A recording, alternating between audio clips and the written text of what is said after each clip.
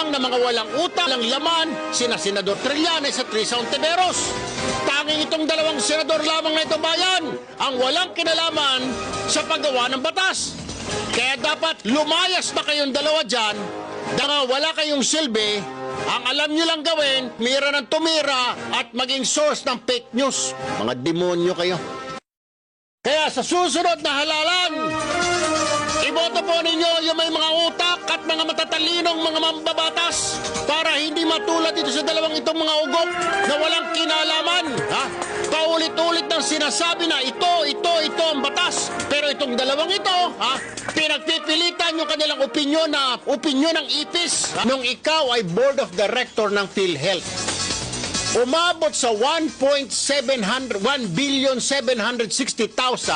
na mga bonus at allowance ang pinamudmud ninyo sa mga sarili ninyo dyan sa PhilHealth bilang mga opisyal. Ipaliwanag mo nga, ha? May approval ba ng palasyo yon na bigyan nyo ng mga bonus yung mga pagmumukha ninyo? Ha? 1,760,000?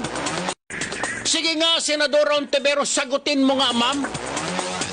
Bakit mananahimik ka? Magaling ka lang magpuna-puna ng mga isoli nyo yung pondo 60 million. Ikaw ngayon tanungin ko, nasaan na yung 1,760 million na pinamudmud ninyo sa mga sarili ninyo bilang opisyal ng PhilHealth noong 2015? Nasaan na?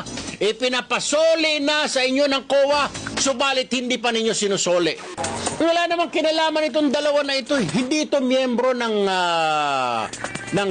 Blue Ribbon. Hindi sila miyembro.